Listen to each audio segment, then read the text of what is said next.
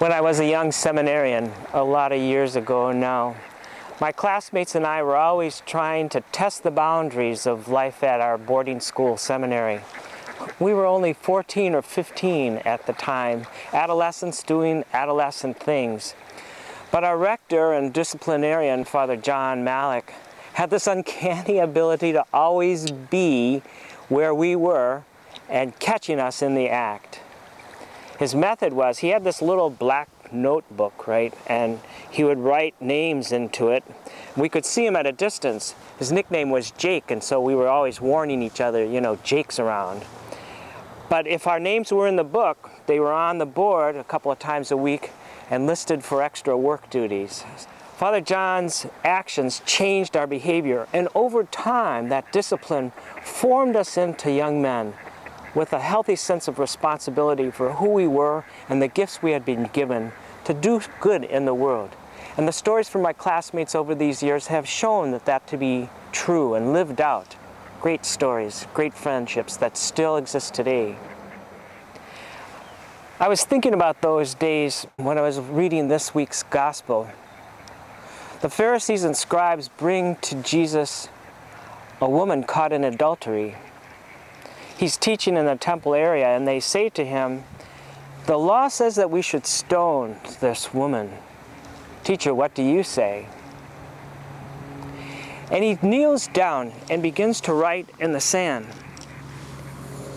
And he says to them, "Let the person without sin cast the first stone." Now, we don't know what he was writing in the sand, but pretty soon there's no one left to accuse her. And so he says to the woman, "Woman, has no one accused you?" And she said, "No, sir." And then he says to her, "Well, then go and sin no more." Jesus' actions on that day changed behaviors. First of those who had brought her forward in accusation, but I like to think that it also changed her actions as well. It changed her life. God's mercy and forgiveness changed her.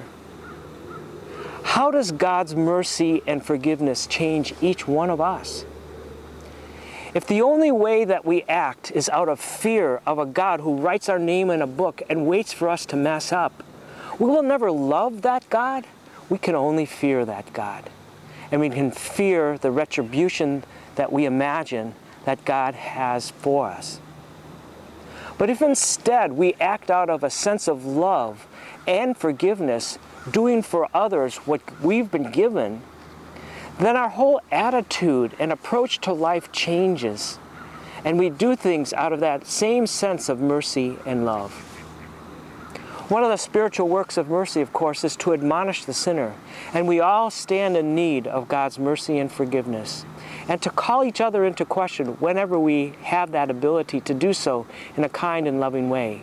But more importantly, how does our awareness of God's mercy and grace in our life call us to love and to use our gifts and talents for the good of others? The Lord has done great things for us. We are filled with joy. The Lord has done great things for us. We are filled with joy. When the Lord brought back the captives of Zion, we were like people dreaming. Then our mouth was filled with laughter and our tongue with rejoicing. The Lord has done great things for us. We are filled with joy. Then they said among the nations, "The Lord has done great things for them. The Lord has done great things for us. We are glad indeed."